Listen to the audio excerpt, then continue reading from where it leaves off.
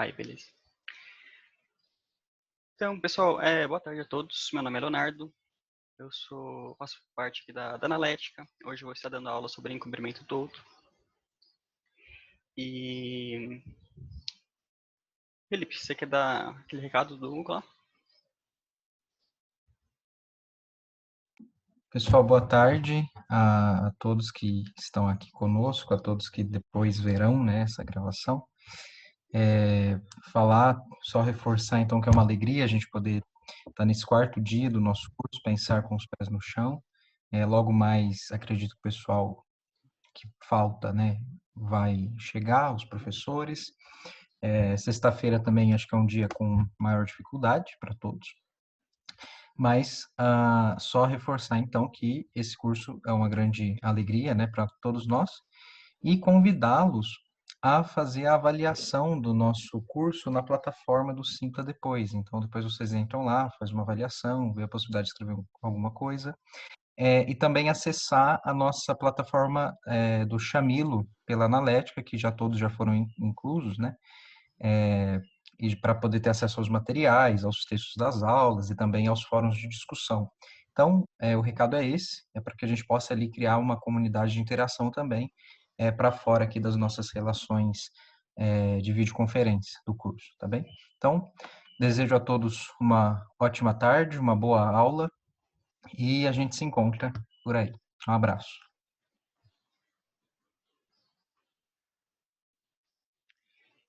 Legal, então. Vamos dar seguimento aqui. Então, a ideia vai ser que eu vou passar alguns pontos aqui específicos sobre, principalmente a obra de 1492, né, O Cumprimento do Outro, do Henrique Dussel. E depois, no final, a gente faz um debate, a gente pode fazer alguns comentários também, né? A gente pode, assim, o texto leva a pensar algumas coisas aqui. Bem, né? Então, o tema aqui, né, seria o descobrimento do outro, né? A teoria do conhecimento e da ciência a partir da alteridade. Eu vou compartilhar aqui uns slides que eu preparei. Deixa eu ver aqui.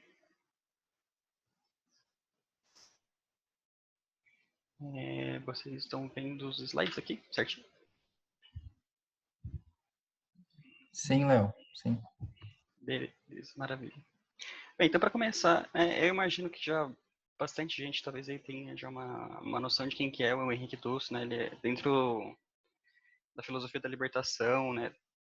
Do pensamento decolonial, ele é um personagem assim bem conhecido, né? Mas eu acho que vale a pena retomar algumas coisas, né? E até porque também não é todo mundo que conhece. Eu vou fazer uma breve introdução aqui, né? Uma breve biografia assim dele, né? Então ele trabalha na área de filosofia, teologia, né? E ele também trabalha um pouco como historiador, né?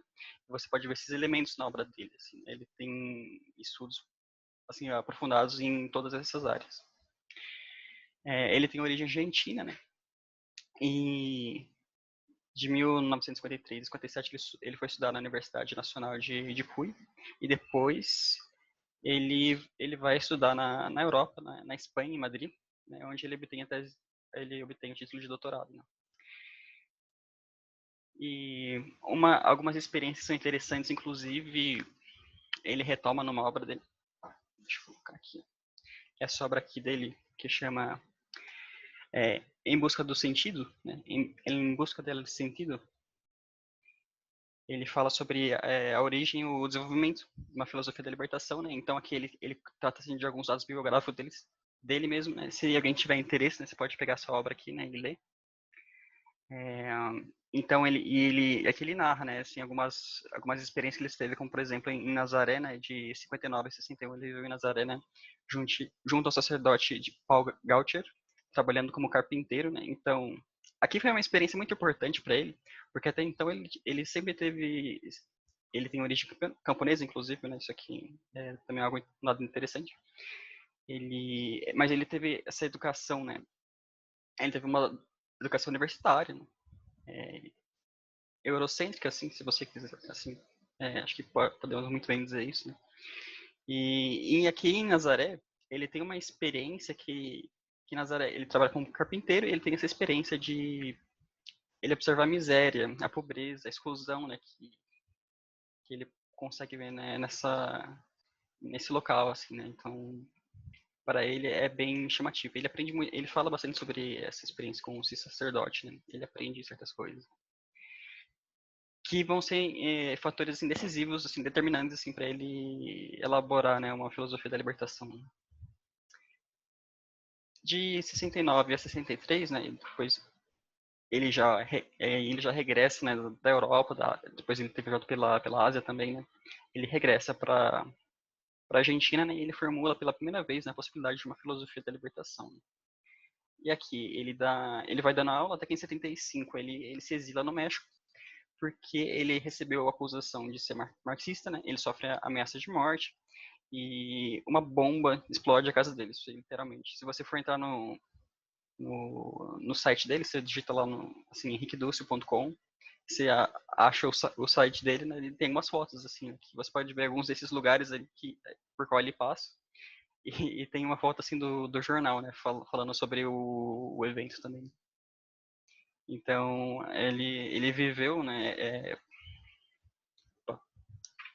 ele viveu, né, essa parte, né, da América, ele viveu, sentiu na pele, nessa parte da América Latina, das ditaduras militares, né, então, isso também é uma experiência que marca, né, que marca ele.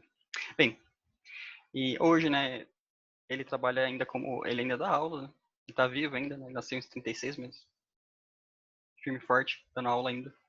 Ele fundou e presidiu conhecidas associações, como a Comissão dos Estudos de História na Igreja da América Latina, a Ecumenical Association of Third World Theologians, a Associação de Filosofia e Liberação, a FIL, né, da qual que a gente tem vários membros aqui. Foi fundador da Revista de Filosofia Latino-Americana de Buenos Aires. Acho que até ano passado ele era reitor, não tenho certeza se ele ainda é ou não, mas ele era reitor da UNAM, né, Universidade Nacional do México. E, bem, né, ele é o cara que continua no tipo hoje. E hoje ele tá dando aulas de estética, né, pelo YouTube, devido à situação, né, conjuntura. Bem, prosseguindo. Então, isso aqui é uma breve, assim, resumo, assim, acho que tem várias outras coisas que poderia se falar sobre ele aqui, mas isso aqui é algumas das principais.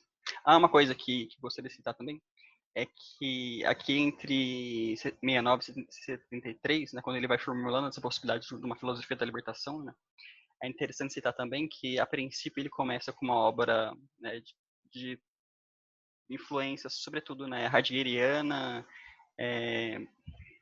husserliana, também aristotélica, até que ele conhece Levinas. Levinas, ele é um cara de origem ele é de origem semita, né? Judeu, ele é um judeu, né?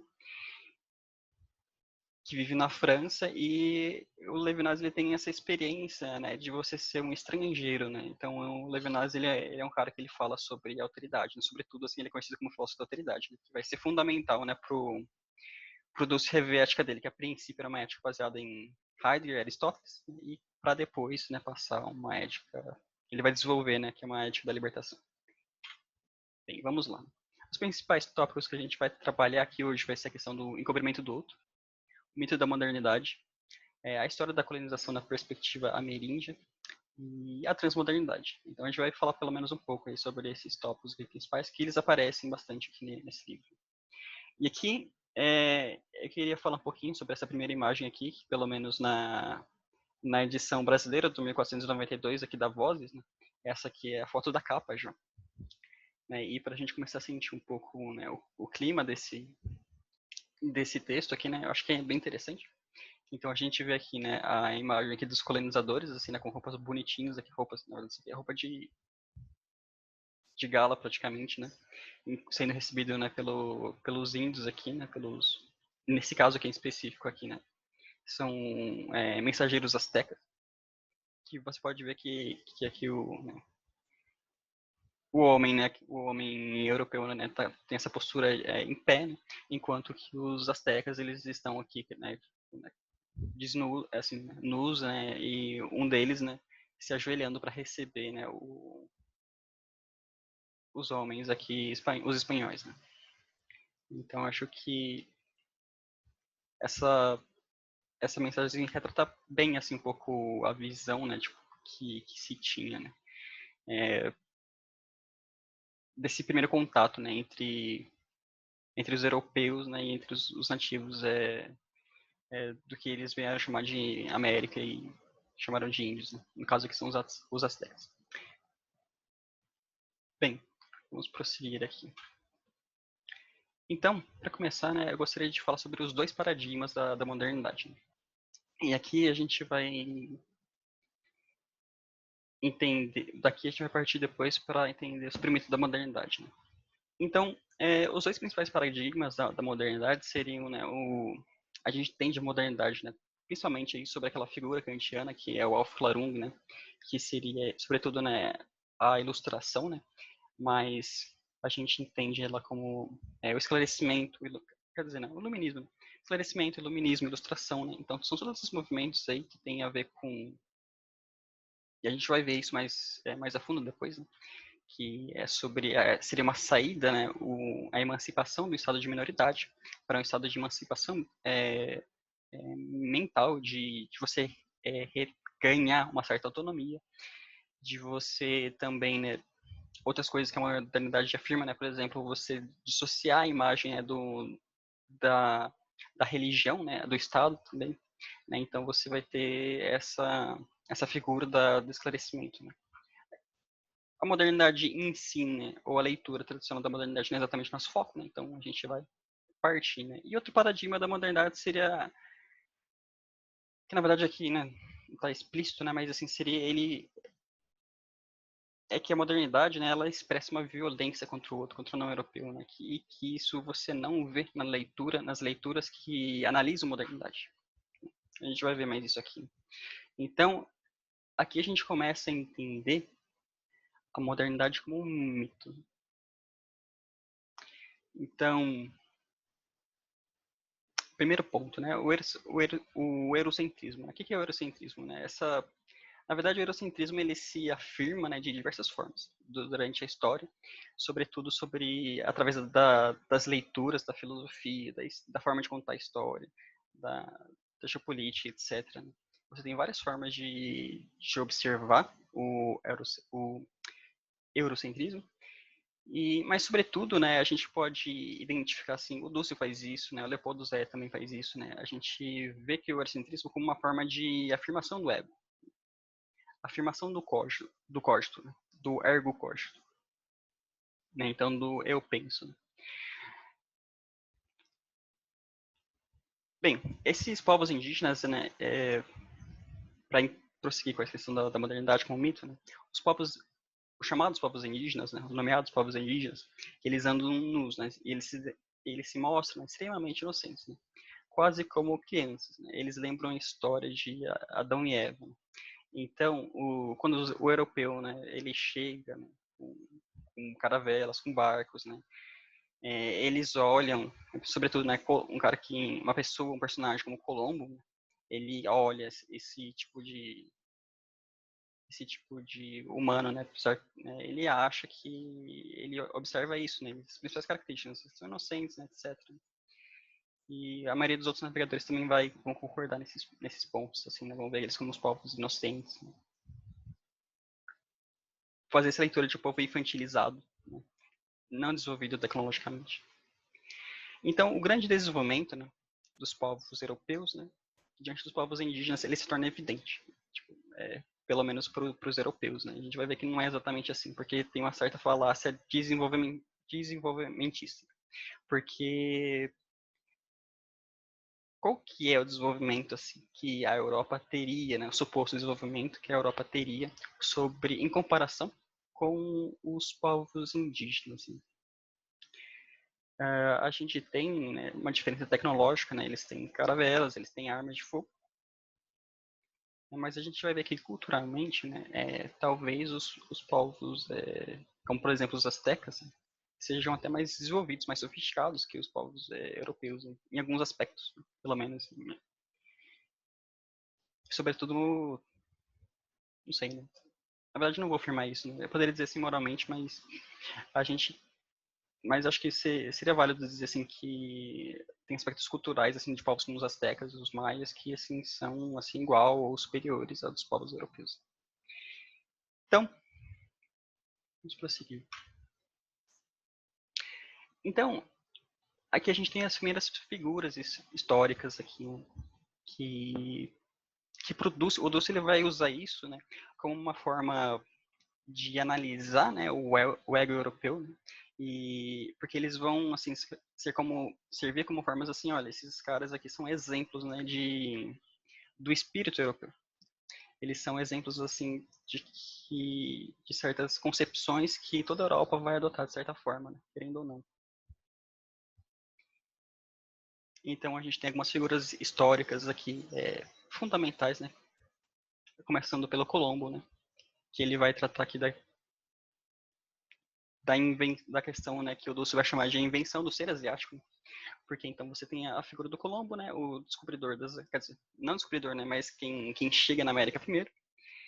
E o Colombo, ele vai ver os índios, né, e quer dizer, ele vai ver os povos aqui dessa região América, e ele acredita que são asiáticos, ele acredita ter chegado na Ásia, né? Ele acredita ter chegado na Índia.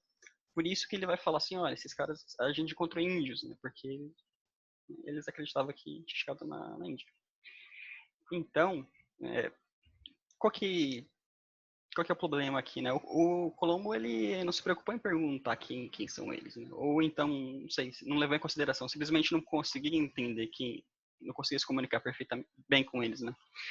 De qualquer forma, ele levou em consideração que eles eram índios, né? Ele queria chegar na Índia, ele queria chegar na Ásia, né? Ele acreditou ter chegado na Índia, né? E daí ele considerou os povos daqui. E até hoje, né, a gente mantém esse nome de índio, né? Apesar que talvez devêssemos reconsiderar esses nomes, né? Talvez tratar com nomes, assim, das etnias próprias aqui, né? De cada indivíduo nativo. Tem, então, essa é a figura do Colombo, né? Que ele realiza a invenção do ser asiático.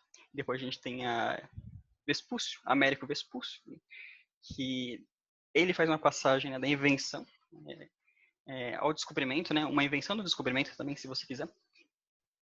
Porque a figura do Américo Vespúcio, né? Então, de fato, né? A gente teria para a Europa isso, né? O Américo Vespúcio, ele seria o descobridor da América. E aqui a gente tem mais uma invenção, né?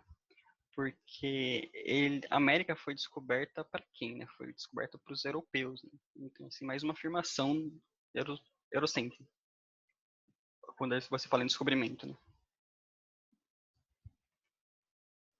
Então, fundamentalmente, eles descobriram a América, mas assim,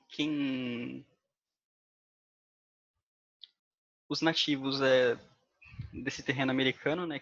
Eles nunca descobriram a América, então, né, eles nunca chegaram naquele terreno antes, eles nunca fizeram uma descoberta, né? Assim, eles totalmente excluídos, totalmente encobertos nessa perspectiva, né? Não europeia, né? Que até hoje, né, eventualmente, assim, professores de história citam, né, mas, assim, fundamentalmente, a gente ainda carrega essa ideia, né, de que a América foi descoberta, né? Colombo chegou lá, Américo Vespúcio descobriu. Foi o cara que percebeu, que finalmente percebeu, né, que não era a Ásia, que era um outro terreno, né? Foi obra do Américo Vespúcio, né? E depois disso, né, começou-se a chamar América, porque alguns geógrafos alemães, eles em homenagem a Américo Vespúcio, que foi o cara que colocou essa tese de que essas terras, essas Índias orientais, seriam chamadas também o quarto continente, ele não seria, né, a Ásia, seria um outro território que eles apenas não tinham, não conheciam antes, né? Então, daí se popularizou, né, o nome América. E por último, a gente vai ter aqui, na verdade não é por último, né, mas essa aqui é pelo menos a terceira figura que é europeia, eurocêntrica, né, que o Dulce ele vai ressaltar, né, que vai ser a figura do Fernando Cortés, né, que o Fernando Cortés ele vai ser o conquistador da América.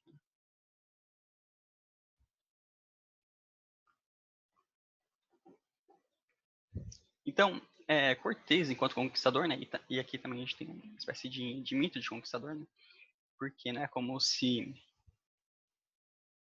né, de fato, né, ele acaba conseguindo derrotar os astecas, né, mas não é como se tivesse sido uma obra assim, tipo, soberana, como se tivesse sido algo fácil, não é como se ele tivesse conseguido, né, fazer isso com perfeição, com facilidade, né?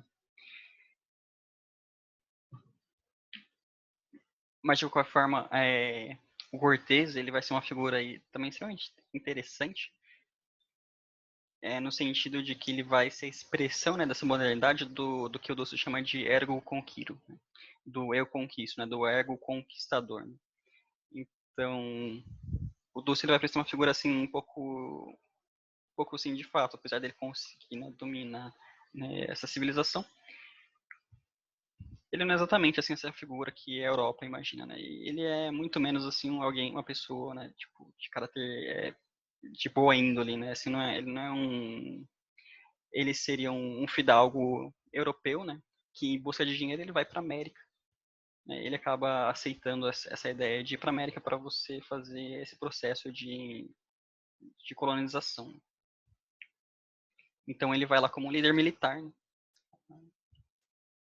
Ele é enviado da corte espanhola, né, como um líder militar para conquistar, né, os infiéis, né, como eles chamam. Bem, então aqui a gente tem assim, vários elementos que levam a gente a pensar esse segundo tópico aqui, que seria o outro como si mesmo. Né? Então, a todo momento a gente tem, né, o Colombo, né, ele acredita ter chegado na Índia, né, então ele cria um ser asiático. Né? Ele fala assim, são asiáticos. Então, ele nunca viu, uma figura como Colombo, ele nunca foi capaz de ver, né, os povos originários, os nativos, os astecas, por exemplo, né, ou então os pequenos outros povos que viviam próximos, né, também sobre o domínio asteca, né, os vizinhos astecas, como eles eram de fato, né? Você tem o outro, né, encoberto, né? E quando você encobre o outro, ele vê um reflexo daquilo que ele gostaria que fosse, né, daquele como uma extensão de si. Então você tem necessariamente você tem um cobrimento, né? Você tem assim, você não tem de fato o outro, né? Aqui eu vou fazer a distinção entre outro com o maiúsculo e outro com o infantil, né? Inclusive aqui embaixo eu deveria ter colocado com o maiúsculo. Mas então, quando a gente fala do outro, né, como com o maiúsculo, né, sobretudo o que tá fazendo, aqui tá fazendo, né, uma afirmação aqui trazendo Levinas, né, trazendo aqui o Dulce também que ele absorve isso do Levinas, que quando a gente fala sobre o outro, né, a gente está falando de uma afirmação radical do outro na sua diferença.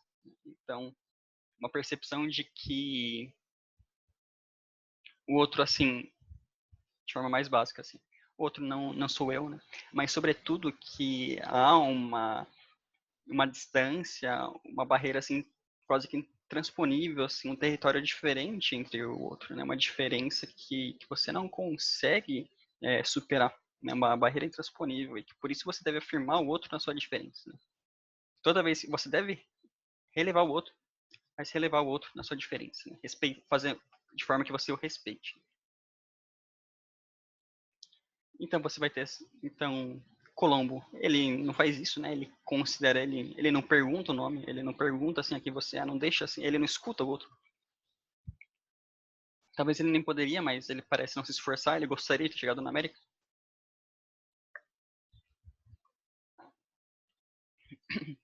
Então ele inventa um ser asiático. Vespúcio, né, qual que seria? Ele também acontece esse mesmo fenômeno do outro como si mesmo. Porque quando você fala em descobrimento, essa história, né, de que ele, assim, o descobrimento foi para quem, né?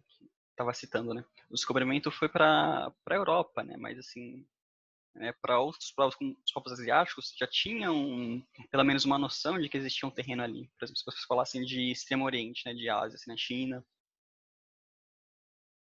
e tal, então você tem, eles já sabiam que tinham terrenos assim mais ao Oriente ainda, né?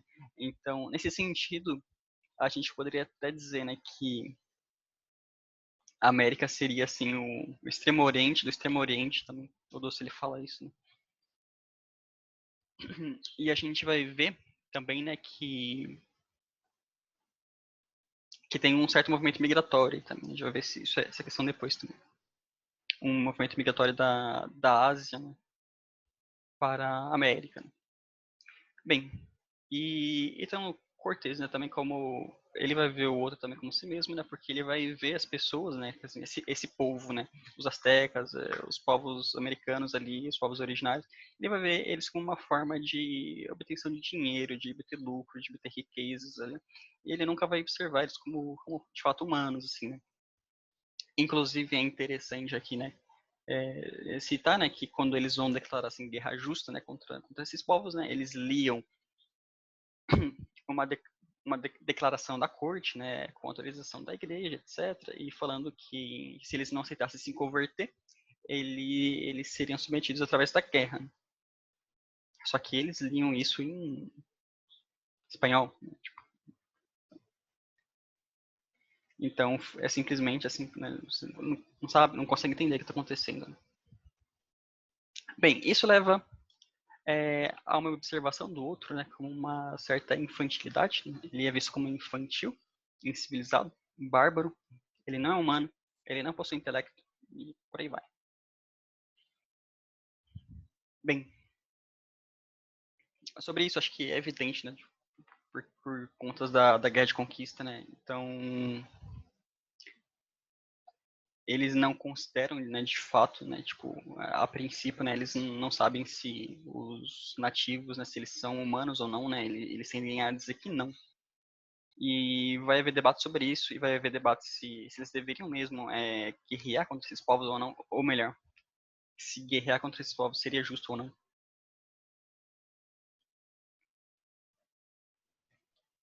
E aqui tem, esse aqui é eu extraí aqui do livro, né, que é uma fala do Gnesis Sepúlveda, que ele vai falar aqui o seguinte: então, a primeira razão da justiça desta guerra de conquista é que, sendo por natureza servos de homens bárbaros, índios, incultos e inumanos, eles negam admitir o império dos que eles, perdão aqui, eles negam admitir o império dos que são mais prudentes, poderosos e perfeitos do que eles. Império que lhes traria grandíssimas utilidades, sendo além disto coisa justa por direito natural, que a matéria obedeça à forma, o corpo à alma, o apetite à razão, os brutos ao homem, a mulher ao marido, o imperfeito ao perfeito e o pior ao melhor, para o bem de todos, Guinness de Sepúlveda. Né? Então, essa é mais ou menos aqui a argumentação de Guinness de Sepúlveda, que vai ser a afirmação, né, a voz do debate, né, com que uma outra voz aí que vai defender, né, vai dizendo assim, não a essa guerra justa, que vai ser o Bartolomé de Las Casas, né? Mas a gente vai ter a vitória, né, tipo, vão seguir, né, essa argumentação aqui do Guinness. E, sobretudo, né, o que a gente deve reter aqui? O Dulce, ele afirma isso, assim, de forma bem veemente aqui. O que é importante, assim, dessa fala aqui? É importante essa frase aqui, império que lhes traria grandíssimas utilidades. Então, né, a dominação, né, você dominar os povos, os povos nativos, seria bom para eles mesmos. Seria bom para eles mesmos. A gente vai voltar para isso depois.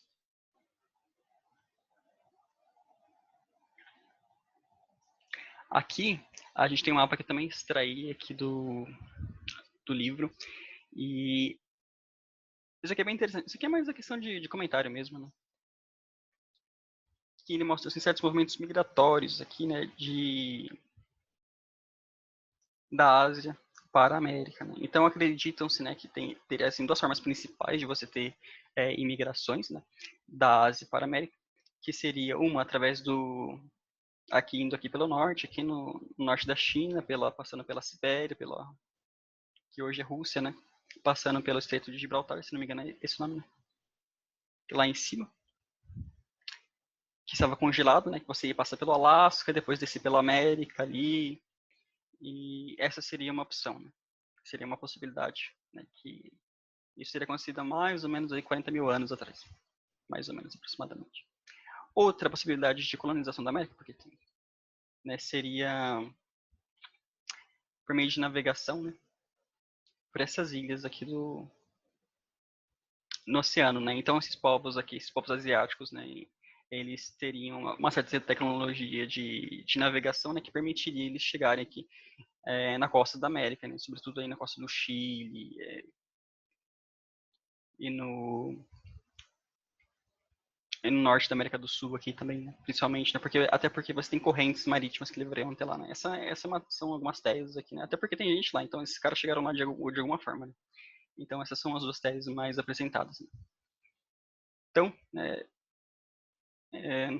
descobrimento, né, para quem, né, uma tese totalmente eurocêntrica, né, você dizer que Colombo ou Américo Vespucci descobriram a América. Mas isso aqui tá mais a título de curiosidade mesmo. Bem, você tem também a história da colonização, né, numa perspectiva ameríndia, né? E o Dussel ele vai trazer isso, mas até estava esquecendo de comentar, né? Mas a obra do Henrique Dussel, 1492, o encobrimento do outro, né? Ele vai dividir, são seminários, na verdade, que ele faz em Frankfurt, né? Então ele vai dividir esses seminários em 8, né? São 8 seminários, né? E você vai ter ele vai trazer, né, sobretudo, começa no seminário 5 e depois no sexto, ele vai fazer uma leitura, né, uma releitura dessa história da colonização, né, observando, né, a história, a cultura, a filosofia de, por exemplo, dos astecas. Também de outros povos, mas sobretudo aqui ele comenta dos astecas. Então, quem quiser conhecer também um pouco, né, um pouco assim, né, da cultura desses povos, também dos maias, ele comenta um pouco assim, ele vai trazendo assim como que foi esse primeiro contato, né, entre os europeus e os astecas e os maias. Né. Bem, aqui a gente tem uma coisa interessante que é o Montezuma, perdão, né, eu não sei exatamente como se pronuncia o nome dele, Moctezuma, né, ele seria o líder asteca que ele vai receber o Cortés, né, ele entrega o domínio das terras mexicanas. Aquela figura, deixa eu até voltar aqui. Essa figura aqui seria os astecas, né, mensageiros astecas, né, recebendo, né, os embaixadores de Cortés, né.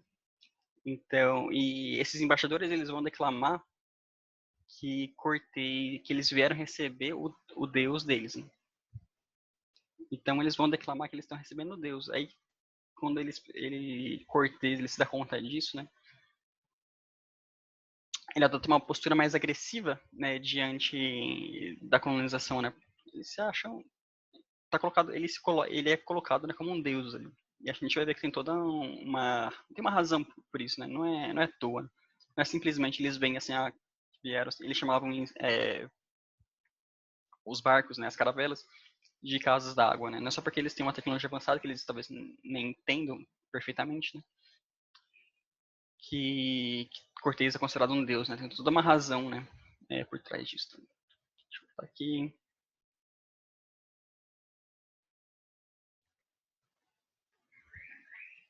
Então, eles vão chamar de Cortez, né, eu não sei também como que pronuncia isso, né, mas eles chamaram, né, de Quetzalcoatl, não sei como pronuncia isso, eu vou pedir desculpa aqui por isso. Mas então, tem o nome, esse nome aqui esse nome aqui é de um deus, né, importantíssimo aqui para os astecas. E quando o Cortez chega, né, então ele é recebido, né, imaginando que ele seria esse deus. Por que ele é confundido? Tem toda uma narrativa aí que a filosofia asteca faria o imperador Moctezuma, se for assim que fala mesmo o nome dele, que faria ele pensar que teria chegado um deus. Bem, primeiramente que vamos começar que Moctezuma ele já sabia que europeus anteriormente já tinham sondado, né, já tinham chegado nas terras astecas, nos domínios astecas.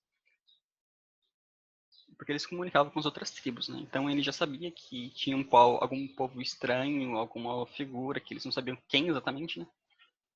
Mas que se aproximava, né? E os astecas eles tinham um mito, né, de que haveria um retorno de um deus.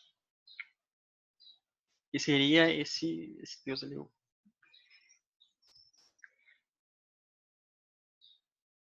E para ajudar mais nessa afirmação, né, um tempo próximo a isso, né, o Moctezuma, ele recebe uma leitura do vidente dele, que ele diz que esse Deus ia retornar.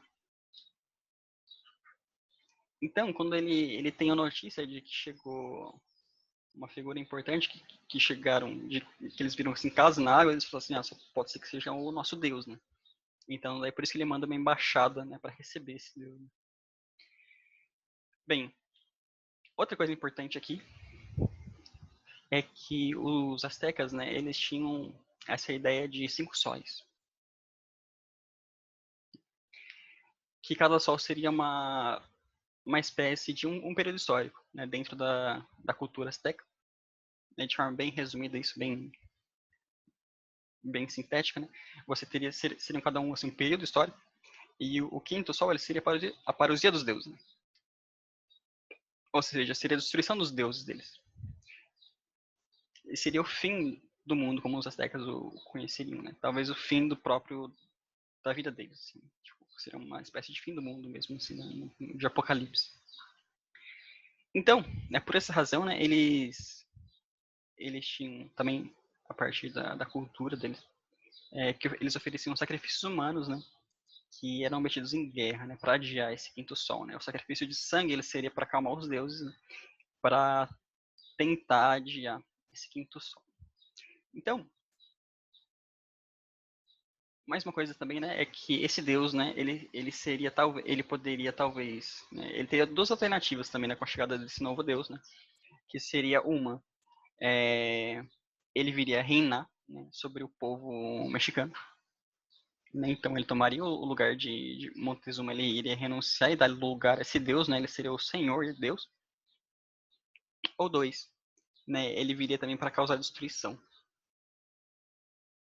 Né, então, a princípio, eles acreditam que Cortez é esse deus.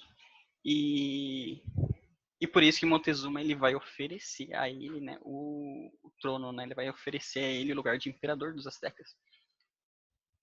E eu acho que não, eu não coloquei isso aqui. Eu vou colocar o texto aqui, que eu gostaria de ler essa citação também, que é... Tá aparecendo aqui o PDF ou não? Eu tô vendo o PDF. Tá vendo? A história da colonização na perspectiva da América. Ah, não, pera, deixa eu trocar a tela aqui então, rapidinho.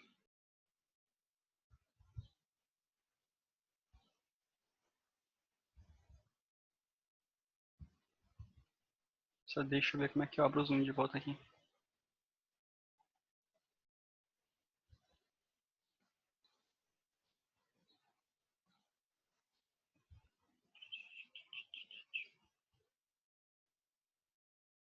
Aqui estou puxando.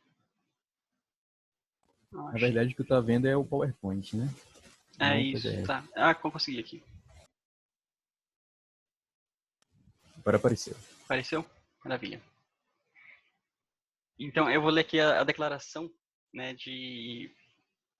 Essas aqui são palavras do Montezuma, tá? Então, essa aqui é a declaração que ele vai dizer a Cortez, né? Esse vai ser o recebimento de Cortez, né? Na grande cidade dos astecas aqui. Então, aqui ele está na corte aqui, né, do imperador aqui, né? Ele vai receber ele assim. Senhor nosso, ficaste fatigado, ficaste cansado. Já a essa terra chegaste à tua cidade, México. Aqui vieste te sentar em teu sólio, em teu trono. Ó, por tempo breve reservaram-no a ti o conservaram. Os que já se foram, teus substitutos, os senhores reis. Ix, Kautzin, Motexomatizin, o velho Asheyakak, Tizokak, Arruitsok. Não sei se está correto essa pronúncia, mas tudo bem.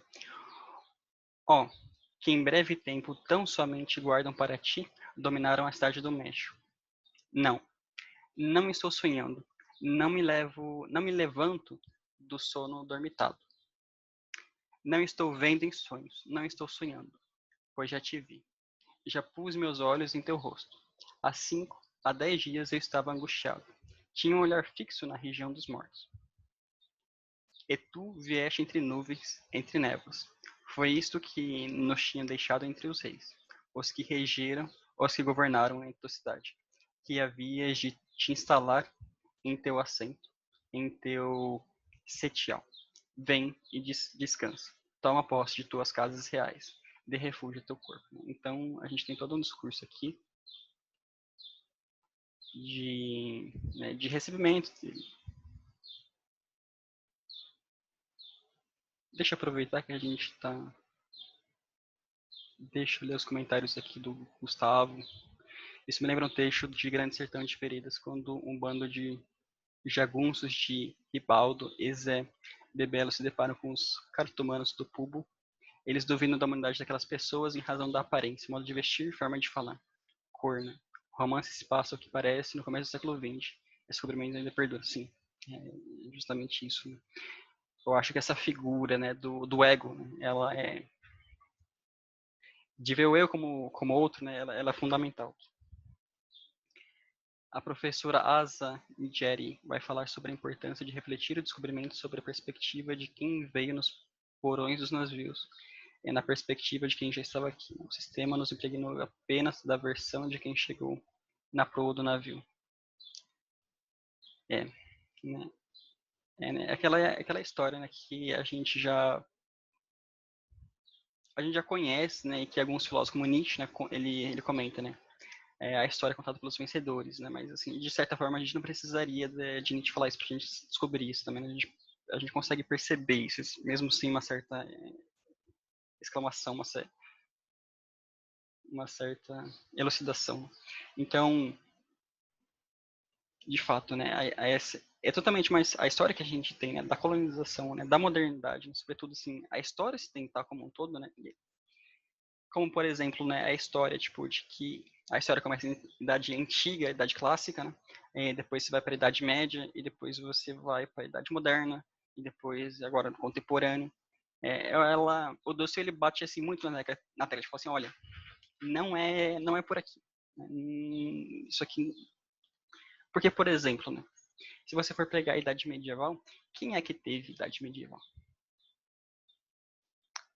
Você tem uma ideia assim de que o medieval, né, seria aquela, você tem feudos, né, você tem uma liderança, né, do senhor feudal suportado por uma perspectiva religiosa.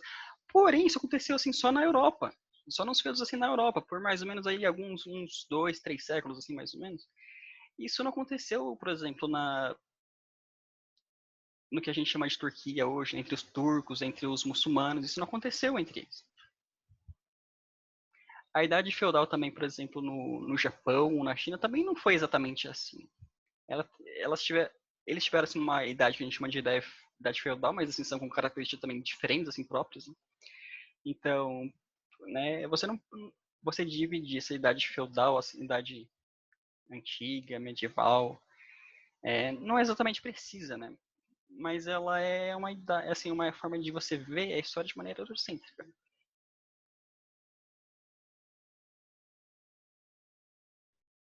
Gustavo, vai na paz aí.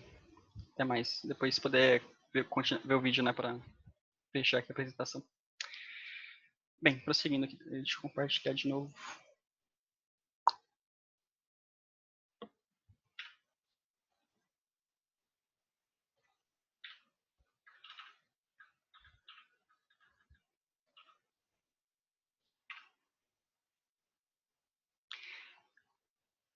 Bem, então, acho que essa parte da colonização da perspectiva ameríndia, ele não desenvolve exatamente isso aqui também, aqui no livro, no 1992, ele cita, né, ele trabalha um pouco, ele não faz um grande desenvolvimento também, né, ele faz acho que uma conferência falando sobre isso. Então, e aqui é interessante que é o primeiro passo, né, é a primeira vez que você tem essa história, né, na verdade eu não sei se exatamente é a primeira vez, na verdade tem outras pessoas que elas vão anunciando isso, né, que a história, essa história da colonização não é exatamente, né, uma história como a história que a Europa conta, né?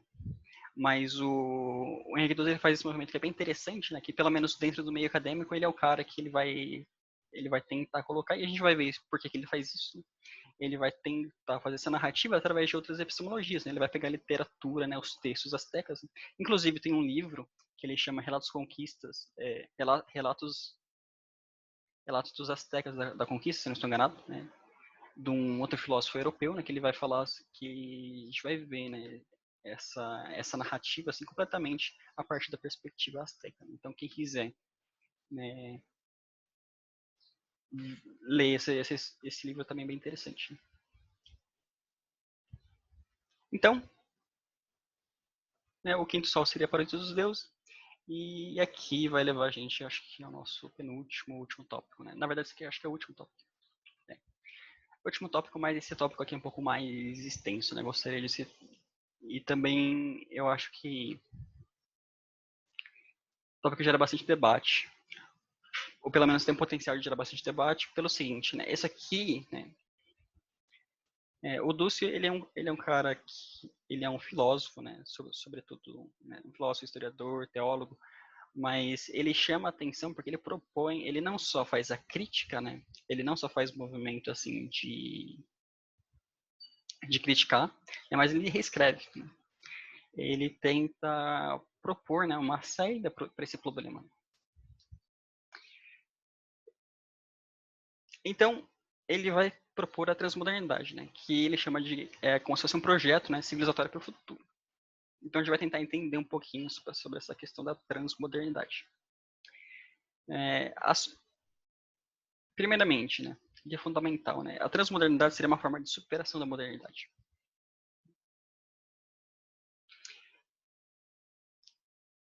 Então, primeiramente, né, o que é modernidade? Né? Modernidade, a gente está lembrando, a gente lembra, né, a gente tem a Revolução Francesa, tem as revoluções burguesas, né, a Revolução Francesa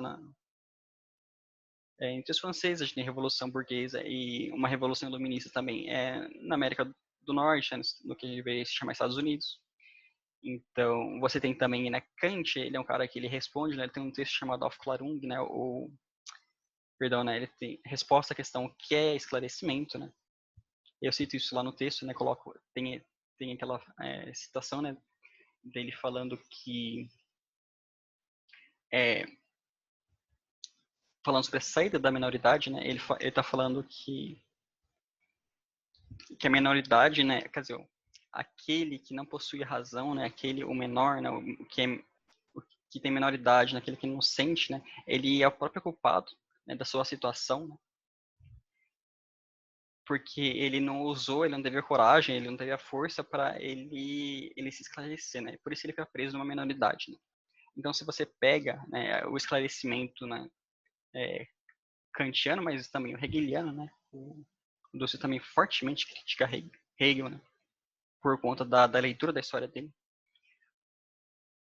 Você tem a ideia de que, então, né, se, né, a minoridade, né, se a inocência, se elas são contrárias, né, a você poder se emancipar, então quer dizer que ela é um mal.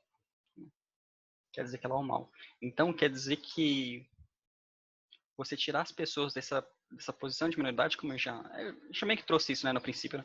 Você tirar as pessoas dessa posição de minoridade é você fazer um bem para elas. E você deixar essas pessoas ficarem numa posição de minoridade, numa posição de inocência, né? Você está fazendo mal para elas, né? Porque você tem que fazer, inclusive, né, se você quiser pensar isso a partir da pedagogia, né, a gente tem muito essa noção da pedagogia, né, no Ocidente, né, que eu acho que ela é talvez questionada muito por Paulo Freire, né, de que a pedagogia, né, a educação deve ser corretiva, de que ela deve assim fazer o outro assim crescer, né, você deve ter determinados conhecimentos para você poder evoluir, etc. Então, é uma ideia de que assim, você tem que normatizar, né? Você tem que ter um projeto, né, de humano, você tem que fazer a pessoa seguir, ela entrar nesse projeto aqui de humanidade, né? O que a gente vai ver também, né, na Paideia com o Werner Jaeger, né? O grande filósofo da educação, né, que ele vai estudar a Paideia grega, né, a Paideia cristã, etc. Então, aí a gente vê essa ideia, né, que desde os gregos, né, você já tem essa ideia de projeto, né? E E aqui na modernidade, né, a gente vai ter, assim, essa ideia de que a imaturidade, de que a infantilidade, né, a inocência, que eles vão reconhecer, né, nos povos indígenas, eles vão reconhecer isso nos povos indígenas. Inclusive, o rei, ele vai dizer isso, né? Ele vai falar, assim, que eles são imaturos, né, que eles não têm, né, inclusive, né, quando o rei ele vai fazer uma divisão da história mundial, né? Ele faz essa divisão extremamente eurocêntrica, né? Ele vai falar todo o movimento, assim, todo o processo do espírito, né? Como ele chama, ele vai fazer um movimento assim. Ele nasce no Oriente, ele nasce na Ásia, ele nasce na China, entre os povos semitas, etc. Mas ele vai fazer o movimento, né, do Oriente para o Ocidente, né? Então ele vai vir, sobretudo, vai culminar na Alemanha, na Europa, mas sobretudo na Alemanha. Rei um alemão, né? E então eles vão dizer, o povo alemão, povo de mais alto, com mais alta cultura, com mais alto desenvolvimento, etc. E daí ele nem considera, só pra vocês verem, o rei, ele vai desconsiderar Espanha e Portugal, né, do espírito, assim, como posso dizer assim, né, do centro, do centro tecnológico, do centro civilizatório, né, europeu, né. Ele vai excluir, porque ele vai dizer assim que Espanha e Portugal, né, eles não são desenvolvidos o suficiente. E daí você imagina o que ele vai falar, tipo, da América Latina, que está sob o domínio de Portugal e Espanha. Né, tipo, você está falando assim, ele tá retratando aí uma periferia da periferia, né? Então você tem, né, que a América Latina é totalmente excluída da história. A única menção, assim, otimista que o Hegel faz é que ele fala assim, que a América Latina vai ter um papel importante no espírito, um papel importante na civilização no futuro, né? Porque eles ainda são infantis, né? Então, criança quando cresce, né? Só quando eles crescerem, só quando eles conseguirem se emancipar que eles vão conseguir fazer alguma coisa. Então, mas no momento até agora totalmente excluído, não precisa falar sobre eles, né? Deixa eles lá quietinho. Então o Hegel ele faz isso, né? Kant ele faz essa observação assim sobre a questão da menoridade, né? Então assim a menoridade, né? O menor ele é culpado, né? Pela sua própria situação.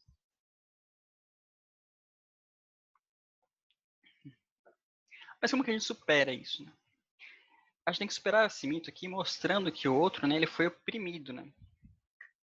Sobretudo, o outro ele não é culpado pela violência que ele teve que sofrer para ele se adequar ao processo civilizatório europeu. Esse é o primeiro ponto, né? Porque você tem essa questão de responsabilidade moral, né? Um outro autor, acho que o Dussel não traz isso diretamente, mas um outro autor que trata sobre essa questão assim, forte, assim, de responsabilidade moral, né? Você só pode acusar alguém, você pode dizer, como posso dizer? Você pode culpar alguém, né, moralmente, né, que é você pode culpar alguém moralmente se você tiver liberdade. Né? Se essa pessoa, quer dizer, se a pessoa que fez uma ação, se ela tiver liberdade, né? Ou seja, se ela não tiver, se ela poder agir sobre nenhuma forma de coação, né? Então ela pode ser responsabilizada moralmente, porque ela tem liberdade. Caso contrário, não poderia. O autor que vai falar isso é o Adolfo Chances Vasquez, né? Ele já ele vem um pouco antes do Dussel, né? Mas também é um teórico agora eu não tenho certeza se ele é espanhol. Mas de qualquer forma, ele tem algumas obras interessantes também, né? Sobretudo sobre ética também, principalmente sobre ética. Ele tem um manual de ética muito popular, que aqui no Brasil também, né? Assim, pelo menos eu tive contato com ele assim na biblioteca da universidade. E então você tem uma ideia de que, né, quando você vai falar assim de responsabilidade moral, né, você só pode afirmar que o outro ele só foi responsável moralmente se ele teve liberdade de fazer isso. Ora, se os povos originários eles sofreram isso, né, se os povos astecas, os maias, etc., né, os incas, se eles sofreram isso, né, tipo, como que você vai responsabilizar eles? Eles não tiveram escolha. Que escolha eles tiveram? Quem tinha dominância tecnológica, assim, bélica, né, que era os espanhóis, os portugueses, né, que eles que então, né, poderiam tomar decisão, né, porque eles que colocaram, né, o jugo deles sobre esses que oprimiram, né, esses povos, né, não tem como você dizer, né, que os oprimidos são os culpados, né? Eu acho que essa é uma grande falácia, inclusive é uma falácia assim, né, fascista, se você quiser tomar assim, né? Fascista de que você coloca, né, o oprimido como culpado. né, você coloca, né, Hitler colocava os judeus, né, como culpados pela decadência alemã.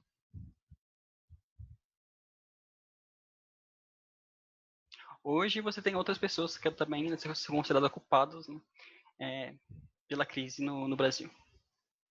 Né? Tem um marxismo, uma cultura marxista que ronda as universidades que é culpada pelo estado do país, né, etc. Então você tem assim, os povos indígenas, né, o índio que põe fogo na mata, na floresta amazônica. Né? Então você tem uma afirmação, né, você tem um mito, né, de que o oprimido, né, a vítima, ele é culpado. Essa é uma outra forma de você ver, né, de você colocar assim esse projeto, né, esse projeto moderno, esse projeto civilizatório. Você se coloca como, você se afirma como centro, né? Você afirma de novo, né, um eurocentrismo. Você afirma esse eurocentrismo, né, renunciando à figura do outro, né? Essa figura do outro diferente. Né? Você nunca reconhece, nunca tem esse reconhecimento. Então, quer dizer, então, olha, então se o melhor é ajudar o coitado aqui, né, as crianças aqui, não, então melhor a gente levar nosso processo civilizatório, mesmo que ela tenha que sofrer, né, nesse processo, né, mesmo que você tenha que matá-los, mesmo que você tenha que disciplinar, destruir sua cultura, sua religião. Também tem a questão da colonização dos corpos, né? Os índios eles não vão ser simplesmente colonizados, não simplesmente eles vão ser, além de ser mortos, esquartejados, né? Eles vão ser escravizados, assim como vai acontecer também com os povos africanos. Você vai acontecer também de que depois que o índio, né, o homem, né, o varão, né, que como eles chamam, né, depois que ele é escravizado ou morto, né, o homem, né, o ego europeu, ele vai lá e toma, ele coloniza também as mulheres indígenas, né, a Índia, né, então você vai ter a Índia que vai ser dominada também, que vai ser sexualmente, sobretudo, principalmente sexualmente, também vai ser forçada a trabalhos inumanos. E então você tem também uma dominação, né? O Dussel vai colocar isso assim, você vai ter também uma dominação fálica, né? Tu vai ter um ego fálico aí que também vai querer se manifestar. Ele, por sua vez, ele explicita o machismo, né? Uma violência sexual diante dos indígenas e ele também, ao mesmo tempo, né? Ele acaba, né? Ele diminui, ele não respeita a imagem da mulher europeia também ao mesmo tempo, né?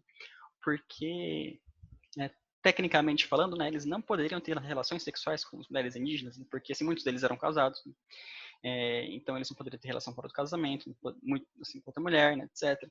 Então, né, eles violam a própria religião ali, eles violam a própria religião,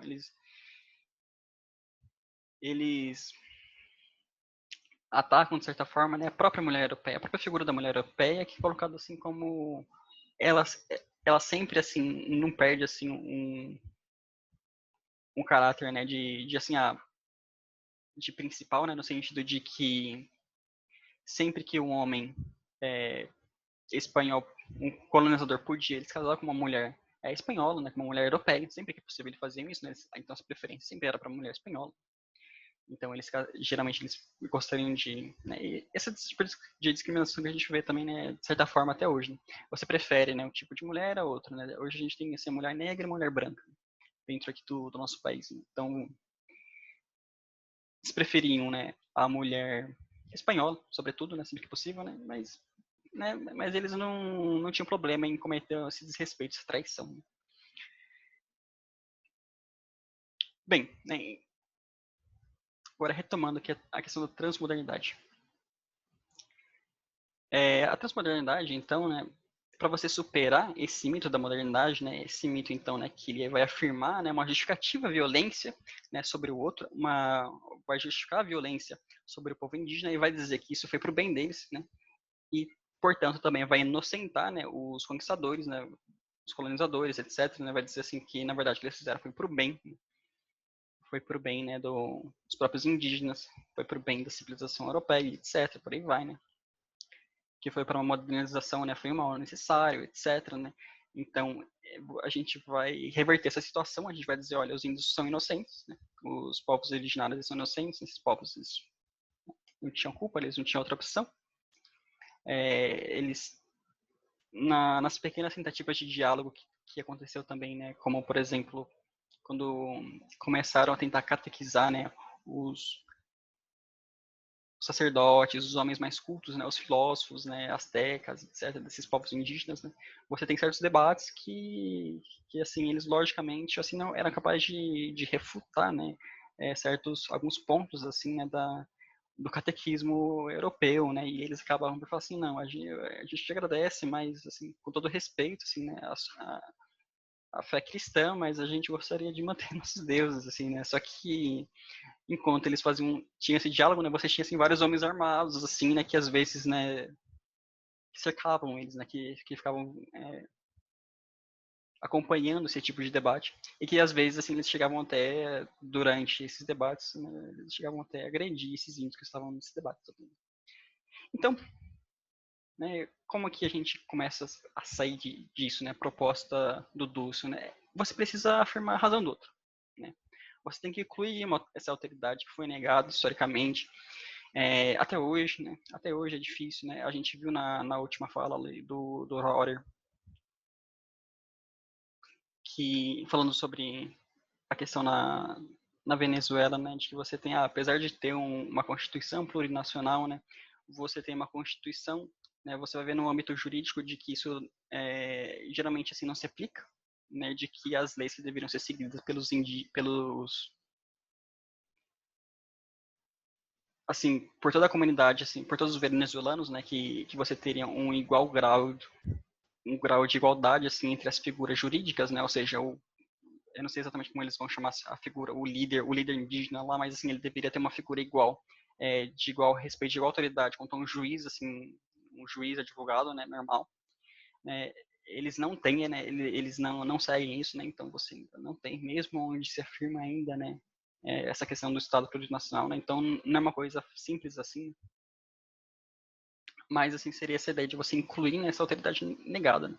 E o Dulce ele tenta fazer isso, né, principalmente a partir dessa história, dos astecas, né, ele vai, na verdade, não só dos astecas, mas todos os povos, assim, né, ameríndios, né, ele vai tentar inserir eles na história, ele vai tentar localizar a situação, vai fazer um esforço histórico, né, isso.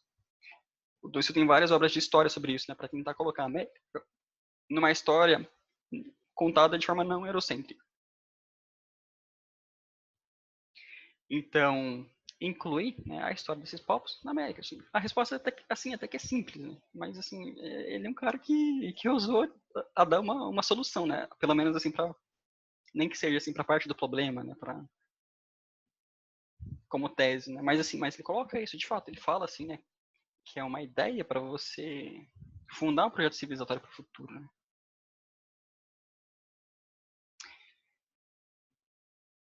De que forma ele vai fazer isso? Né? De que forma ele propõe, ou melhor dizendo, né? Qual método, né, que a gente poderia usar para fazer isso, né? Porque o Dulce ele desenvolve um método para isso. Né? Eu coloquei aqui só entre parênteses, não era a ideia não é desenvolver muito esse tópico, até porque ele também só cita no livro, né? Mas analética, inclusive analética é o conceito, né, que dá nome à dá nome aqui à nossa instituição, né? A analética é um conceito fundamental na filosofia do Henrique Dulce, né? Porque a analética ela seria um método para você fazer isso, para você incluir o outro,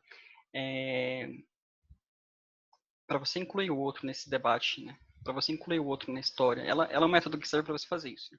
Ela funcionaria de forma mais ou menos assim, de forma bem resumida aqui, né? Mas ela seria parecida, semelhante a uma dialética, só que só que ela não é exatamente como uma dialética assim europeia, porque a dialética europeia, se você vai ver assim, o elemento dela, o que era, né? Você era discurso de Platão contra um outro grego, né? Você ia ver assim, é sempre um debate interno. Esse é o ponto. Assim, você não tem a exposição exterior cultural, né? De uma outra cultura. Né? Você tem ainda, apesar de ser uma dialética, né? Você está considerando outra pessoa ali, né? Mas talvez esteja próximo para algo assim do tipo o outro como si mesmo, novamente, né? Então, o movimento analético ele não é simplesmente uma dialética, mas ele se preocupa em fazer um diálogo com aquele, assim, fundamentalmente acho que é isso, né? Tipo, você fazer um diálogo com aquele que foi oprimido, aquele que foi excluído, né? Então, você pegar, a gente não está excluindo aqui a modernidade de forma alguma, né? A gente está com a modernidade. Mas a gente, juntamente com a modernidade, a gente vai dialogar com esses povos que foram oprimidos pela própria modernidade. Né? O que a gente tem que fazer isso? Né? A gente tem que negar, aqui no ponto 3, né? A gente nega o mito da modernidade. Né? Então a gente nega, quer dizer, a palavra aqui não, negar não foi boa, né? Mas a gente exclui essa parte aqui do mito da modernidade, né? Da violência da modernidade. Como que a gente faz isso, né? A gente tem que, por esse movimento aqui que eu falei, é necessário superar o mito da modernidade. Né? Você mostrando assim, olha, existe essa violência, você tem que reconhecer a violência, reconhecer assim que, olha, teve um outro culpado ali, reconhecer essa questão de que, olha, os oprimidos aqui, eles foram vistos como o outro foi visto como si mesmo, né, pelos europeus, né, que essa é uma constituição de uma história eurocêntrica, né, para você colocar, né, finalmente aí, né, uma proposta de uma transmodernidade, né? Então é aí que você consegue afirmar uma transmodernidade, que você vai fazer isso de forma analética, né? Que você vai conversar a partir de uma modernidade, né? Só que essa modernidade, vamos colocar assim, ela passou por uma que ela passe aí por uma segunda, por um segundo esclarecimento, por uma nova revolução, né? E que ela observe assim, que ela seja capaz dessa vez, né, de você observar os problemas que ela teve, até porque eu acredito que ele passa nesse ponto aqui, fundamentalmente, porque você não pode excluir, né, tudo aquilo que foi dito por exemplo, pela filosofia moderna, pelos filósofos, pelos historiadores, né, economistas, tal, etc. Né, pela cultura europeia, você não pode excluir tudo. Tem coisa boa lá, mas é necessário, mas você tem que corrigir, né, essa afirmação, você tem que corrigir essa afirmação histórica, você tem que corrigir assim essa postura ética, né? Essa filosofia ética que é insuficiente, né? Você tem que corrigir isso. Mas ele não fala assim, ó, não precisa ler Descartes, né? Não é nada disso. Né? Na verdade, a gente tem que ler Descartes, tem que ler Hegel, Kant, etc. Tem, né? Não é uma exclusão, né? Tipo, você não poderia fazer esse movimento, né? De, novamente, assim, né? Vamos só fazer uma transmodernidade a partir de a partir do outro negado, só a partir dele, né? A gente vai levar, a gente vai sair, vai partir de uma alteridade negada, sim. No entanto, você não vai excluir mais ninguém, né? Agora, tipo, a ideia é fazer uma comunidade assim, a transmodernidade é um projeto mundial, como o Dulce coloca, é um projeto mundial que ela vai tentar colocar então, né, em comunicação todos os povos, todas as culturas, mas, né, mas não quebrando a identidade de cada cultura, de cada povo. Acho que fundamentalmente assim, a analítica seria isso, né? Então você partindo do outro que foi negado, né? Mas dialogando com as outras culturas, com modernidade, com cultura contemporânea, etc. Então, para então você construir, né, um projeto futuro, né? Você construir um projeto futuro e isso ele vai desenvolvendo. Né? Inclusive, se você for pegar aqui ó, livros como também aqui a Política da Libertação, né? Que é um livrinho grande aqui, né? Ele logo no começo ele vai retomar esse ponto aqui, né? Ele não abandona esse projeto, né? Até hoje ele continua firme, assim. Né? Eu também no texto, né, que eu escrevi, que eu deixei para essa aula aqui, eu coloquei também, né, tem as referências assim dos livros aqui, né? Inclusive tem uma do livro do Leopoldo Zé e tem uma conferência do Dulce, que se vocês quiserem ver ele falando só sobre a transmodernidade, é bem interessante também, né? Se eu ver essa proposta dele, e ele está aplicando isso assim, quando uma universidade aceita, uma universidade, acho que eu não lembro agora exatamente de que lugar da América Latina que é. Mas lá no vídeo ele vai falar então, né, sobre esse conceito da transmodernidade, né, porque uma universidade está adotando isso para você refazer a sua matriz disciplinar, né, fazer assim, refazer, porque acho que a proposta dessa transmodernidade para uma pedagogia, né, ela vai ser isso, né, você refazer, né, as disciplinas, né, os currículos das universidades, também das escolas, né? Você refazer esses currículos, né, de forma a você incluir, né? Você não precisa excluir, né? A ideia não é essa, não é excluir a história europeia, a história eurocêntrica, né? Acho que é importante até manter a história eurocêntrica, né? Mas junto a ela, né, você incluir, né, a história do outro que foi negado. Né? Então acho que o projeto da transmodernidade vai nesse sentido, né? Você inclui o outro que foi negado, né? Mas você não precisa negar aquele que negou, né? Porque senão você criaria outra negação, né? Não faz sentido você replicar o mesmo processo. Eu acho que essa perspectiva do Dulce assim tem assim, uma resposta, assim, uma alternativa, uma proposta bem interessante, né? No mínimo né, é bem. A gente tem que ver como que isso vai ser aplicado, né? Como que vai sendo aplicado com o tempo, né? Mas é uma proposta interessante de superação, né? Para você resolver certos conflitos aqui na modernidade. E também só para citar aqui, né? Não foi o foco, né?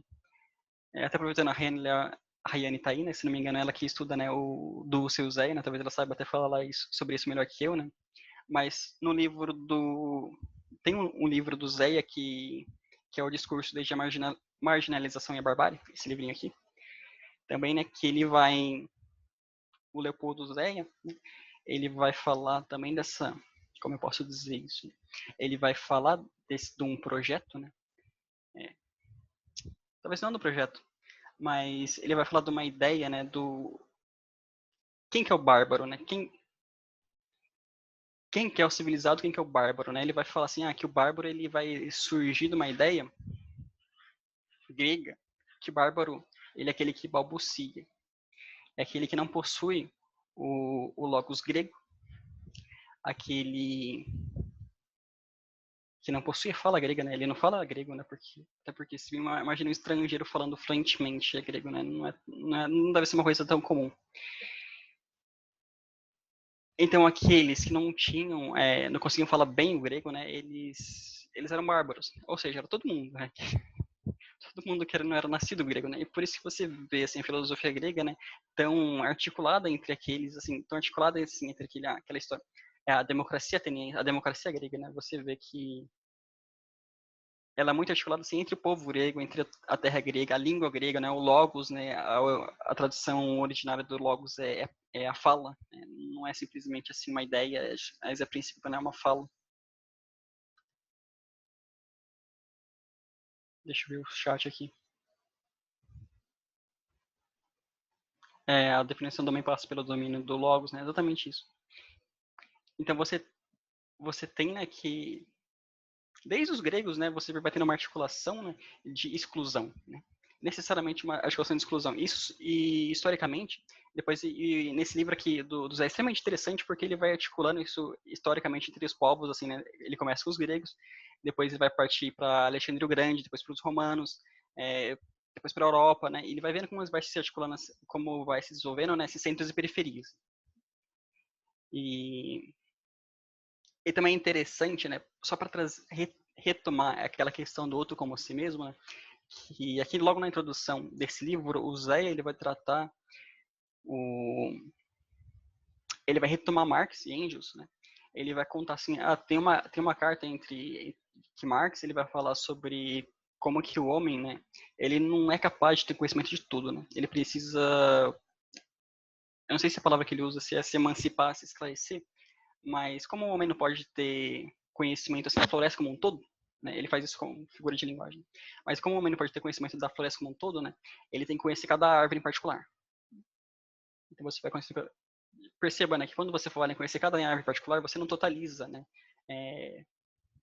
um povo, por exemplo. Você não totaliza, você está tratando assim, são indivíduos, né, que formam um todo, uma floresta, né, mas você não perde assim você não perde a noção de comunidade, mas você não perde também assim a diferença individual, né?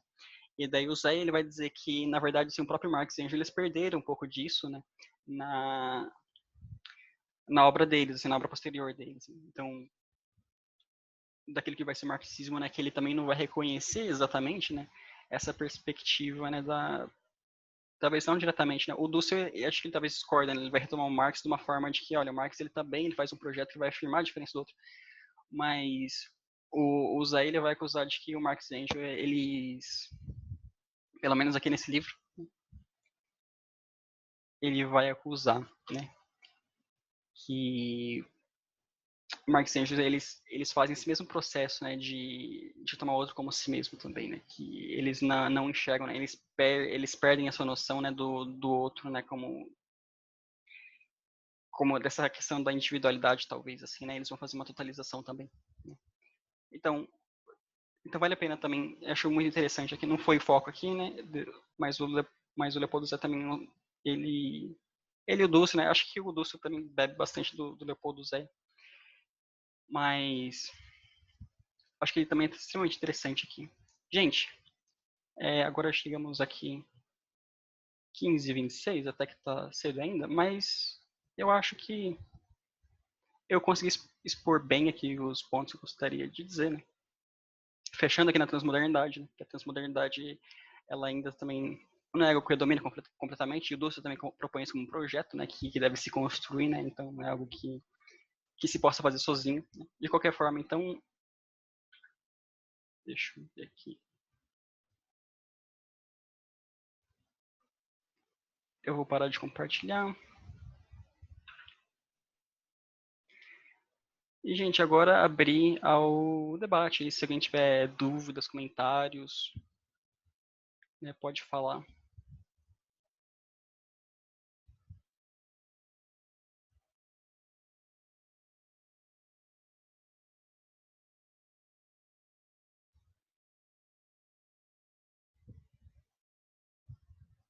Ah, deixa eu ler aqui as mensagens aqui do chat. Deixa eu ver.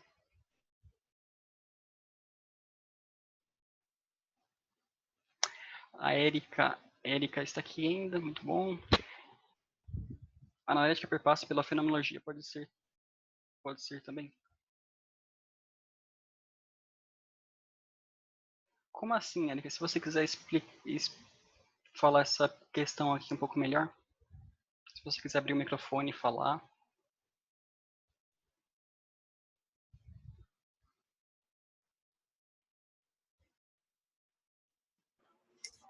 Vocês conseguem me ouvir? Sim. Tá, então tá bom. É que a minha internet é muito ruim onde eu tô. Então, eu não conhecia esse termo analética, né? Você falou que era do Dursel, né? Do Dulce, isso.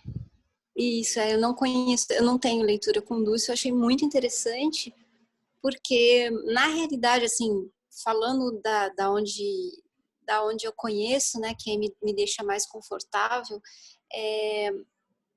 a visão dos povos originários, assim, né, ela é muito baseada numa filosofia da fenomenologia mesmo, né, de considerar também o outro, né, não considerar só a vida dele e o panteão de deuses e as mitologias, mas considerar também a mitologia do outro, né, como se considerasse.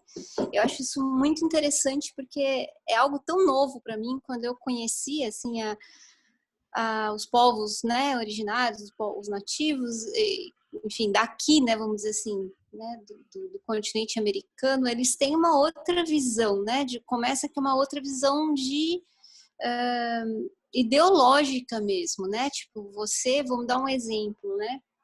Você é um povo nativo da Amazônia, enfim, e você é meio que, vamos dizer que você é conflitante com outro povo nativo por uma mitologia que vem vindo contada, mas isso é tão inconstante, né? E aí me lembrou muito o livro do Viveiro de Castro, que é a inconstância da alma selvagem, né? Que na realidade não é algo taxativo, né? Ela está sempre em movimento. Eu achei muito interessante. Eu não li Dussel, eu achei muito legal a tua exposição, assim. Mas aí falando do lugar confortável que eu venho, que não é da filosofia, né? Da antropologia. Obrigadão aí.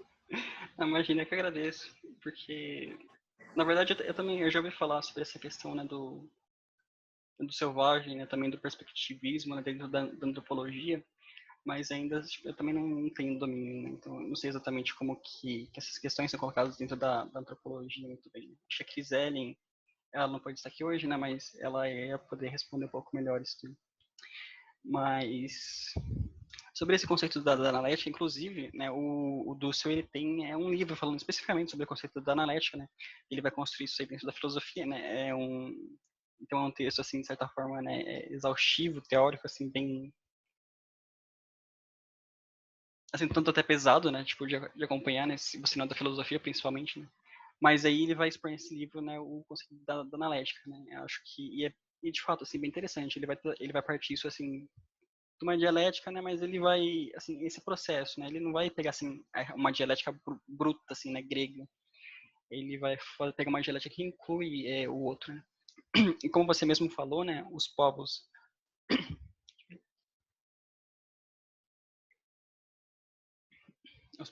indígenas, né, eles tendem a considerar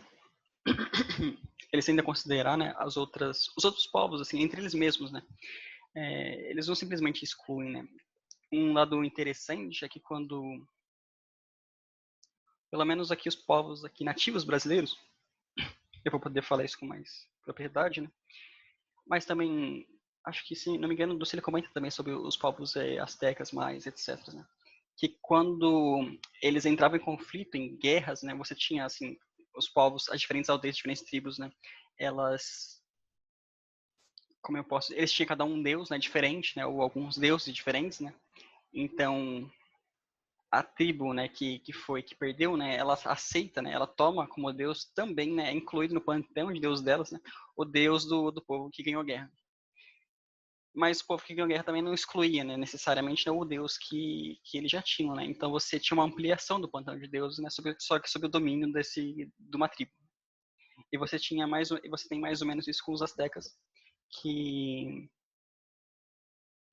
tinha alguns deuses, né? Inclusive aquele deus, né, que eles acreditam ser Cortez, né, é um deus que eles assumem de outra civilização, né, que não era um deus principal, mas que os astecas depois vão assumir, né, como uma figura principal.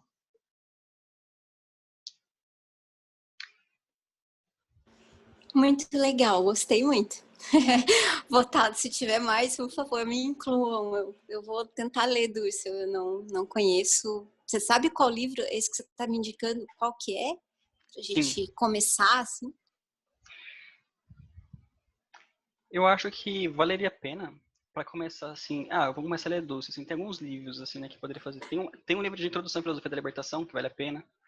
Que você pode encontrar como Filosofia da Libertação. Tem o site do Henrique Dulce também, que você pode ver, né, e lá ele coloca algumas obras em referências para você ver. Então você pode ir no Google e digitar assim, henriquedulce.com, Henrique Dulce, vai aparecer lá um dos links, vai ser o site dele, ou então você põe assim, henriquedulce.com, e daí lá dentro do site dele vai ter alguns textos, assim, inclusive, dele mesmo.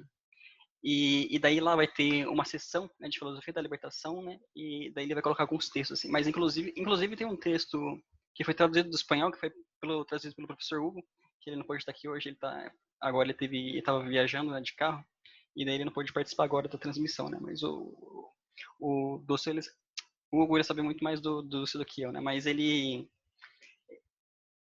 o Hugo ele fez uma tradução, né, da introdução à filosofia da libertação do Henrique Dulce, né, que lá ele faz uma breve biografia do Dulce, né? Ele apresenta assim as características gerais assim, né, que você tem na filosofia da libertação. Que ele pega para fazer escrever essa introdução, né? Ele pega assim dos tomos sobre a filosofia da libertação, que tem 5 tomos, né? Que são 5 livros aí que foi publicado aqui pelas Waves. Você também consegue encontrar isso em PDF. E daí ele pega esses 5 tomos assim, e vai estrinchando, né, toda a hermenêutica, a chave de leitura, né? Lembrando que uma coisa interessante que ele fala aqui, também nesse 1492, ele vai falar assim que a filosofia da libertação ela parte desse pressuposto, né, quer dizer, dessa observação, né, de que você tem um outro que ele foi encoberto, que ele foi oprimido, né? Então essa questão de 1492, né, quando você tem, né, a chegada de Colombo na América, né, e por consequente, né, vai forjar toda essa história da colonização, do ego conquiro, da observação do si como outro, né? O Dulce ele acha assim fundamental, né? E acho que esse é o ponto, né, do livro de 1492, que você tem assim a exclusão do outro, né, do oprimido, e isso vai assim ir numa escala assim mundial, né? Porque a Europa ela só vai conseguir se tornar centro, né, porque ela vai conseguir ter o domínio, né? Ela vai roubar, vai tomar, assim, né? Vai usurpar, assim, a riqueza que tem os povos americanos, né? Então, com o ouro, a prata que ela tem aqui, ela vai influenciar o mercado, né? Perdão, na Europa e na Ásia. Então, ou seja, o dinheiro que por exemplo, os turcos, os muçulmanos tinham, né? Vai valer menos, certo? Né? Então, com isso, eles também vão conseguir combater, né, os muçulmanos, eles vão conseguir dominar a África, vão conseguir dominar a Ásia, né? Eles vão pagar, é assim que a Inglaterra vai pagar, tipo, por exemplo, né? Isso aqui quem toma de exemplo, né, o professor Daniel Panzarelli, né, que também que faz Daniel Panzarelli, que eu estou estudando aqui na história da filosofia brasileira, né? E daí ele vai falar que o dinheiro com que, por exemplo, a Inglaterra toma, né, através da Espanha e Portugal, né, que é o dinheiro, portanto, né, da América Latina, eles vão usar isso para pagar exércitos, né, exércitos mercenários para você tomar a Ásia depois. Né? Então, todo esse domínio europeu, né, ele depende de uma exploração da América, né, isso você falando geograficamente, economicamente falando, e a partir desse oprimido que você vai começar a montar uma filosofia, né, uma ética que inclua eles, que parta deles, né, assim, que escute o grito, né, o sofrimento, etc. Então, esse seria o princípio, né? Você fala assim, de 1492, né? É o princípio, né?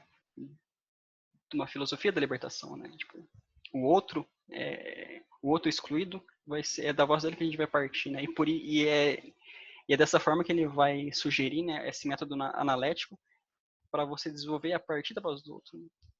Que é nada mais que eu não sei se é tão simples dizer, assim, resumir assim, né? Mas assim, você fazer essa dialética, só que partindo, o primeiro a falar é aquele que foi oprimido, né? Que é que o primeiro, a voz assim mais fundamental, importante, a voz do oprimido, né? Não sei se é tão simples assim, né? Eu ainda não é como se fosse assim, um conceito que tem total domínio, assim, né? Eu também tenho algumas leituras, né? Ainda estou desenvolvendo o entendimento desse conceito, até porque você entende a própria ideia de alteridade, de diferença radical do outro, é uma ideia extremamente complexa, assim, dentro da filosofia, se você leva isso mais, tentar realmente, assim, né, desenvolver isso filosoficamente, é complexa para entender, porque como que você entende algo que não tem, que você não consegue, assim, que você não consegue, de certa forma, que você não tem acesso, né? O Levinas ele leva assim, né, que ele vai desenvolver o conceito de alteridade. Então é um pouco complexo, né? Agora de analética você talvez tenha uma certa rompimento com isso, porque você vai falar assim, apesar do outro ser outro, né? Apesar do outro, né, ser assim diferente na sua ele é diferente a tal ponto que você não consegue assim entendê-lo completamente, né? Que você não consegue ter contato com ele, você não consegue talvez assim, dizer exatamente quem o outro é, né? Mas assim, a gente tem que ter um diálogo, não tem jeito. Então, ele vai procurar analética assim para trabalhar isso, né? A partir do oprimido. Acho que é isso. Mais algum comentário? Não, muito legal, muito obrigada mesmo. Vou correndo no site olhar, eu vou começar a ler. Muito obrigada, valeu. Depois, acho que quando lembrar depois, né, quando for postar esse vídeo aqui, acho que eu posso colocar os links já no próprio descrição do vídeo também, daí fica mais fácil acesso também, se precisar. Beleza. Mais alguma questão? Podemos encerrar.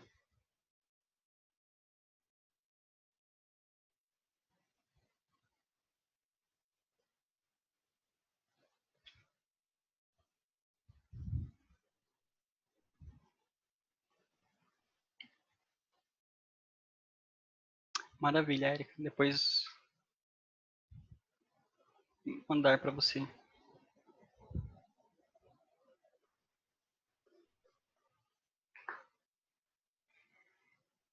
Bem, gente, se não temos mais comentários, agora já são 13h40. Eu acho que a gente pode parar por aqui, então. Né, gostaria, né, de agradecer a participação de todos aí, seja está participando aqui na chamada, se vai depois assistir no vídeo também. Muito grato em nome da Analética aqui, da instituição Analética, né? Muito grato pela participação de vocês, né? A gente se vê na próxima semana. E, também uma coisa aqui, depois retomando, né, a mensagem do Felipe que ele passou no começo, né, se vocês puderem depois avaliar o curso, né, acho que no Simpla deve ser possível você avaliar. E também na nossa página do Facebook, que é Analética Instituto de Educação e Cultura, tem uma página no Facebook e no Instagram, né, se vocês puderem lá deixar comentário, né, curtir, a gente ficaria muito grato também, né, a gente está tentando promover mais esses cursos. outras falas, assim, que também, né, dessa perspectiva decolonial, uma perspectiva também trazendo a filosofia da libertação, etc. Qual o Instagram? Deixa eu ver aqui, que eu não cuido dessa página.